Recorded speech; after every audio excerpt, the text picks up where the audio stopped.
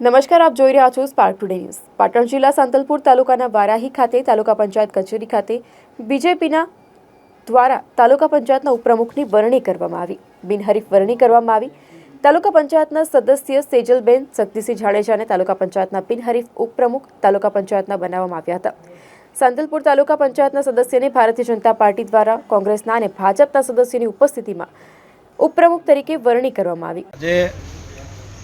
સાંતલપુર તાલુકામાં તાલુકા પંચાયતના ઉપપ્રમુખ તરીકેની ચૂંટણી, જેની અંદર અમારા પેજ સમિતિના પ્રણેતા આદરણીય અધ્યક્ષ પ્રદેશના એવા પાટીલ સાહેબની સૂચનાથી સંગઠનના મહામંત્રી આદરણીય શ્રી રત્નાકરજી, ઝોન મહામંત્રી સંગઠન આદરણીય શ્રી રજનીભાઈ પટેલ દ્વારા, જિલ્લાના અધ્યક્ષ ડૉક્ટર દશરથજી ઠાકોર દ્વારા પરામર્શ કરી અને આ સાંતલપુર તાલુકા પંચાયતની ઉપપ્રમુખની ચૂંટણીની અંદર અમારા સાંતલપુર તાલુકા પંચાયતના બિનહરીફ સદસ્ય શ્રીમતી સેજલબા શક્તિસિંહ જાડેજા, જેમનો ભારતીય જનતા પાર્ટીએ પાટણ જિલ્લા દ્વારા આજે ઉપપ્રમુખ તરીકેનો મેન્ડેટ આપ્યો છે અને એમાં પણ તેઓ બિનહરીફ તરીકે ચૂંટાઈ આવ્યા છે।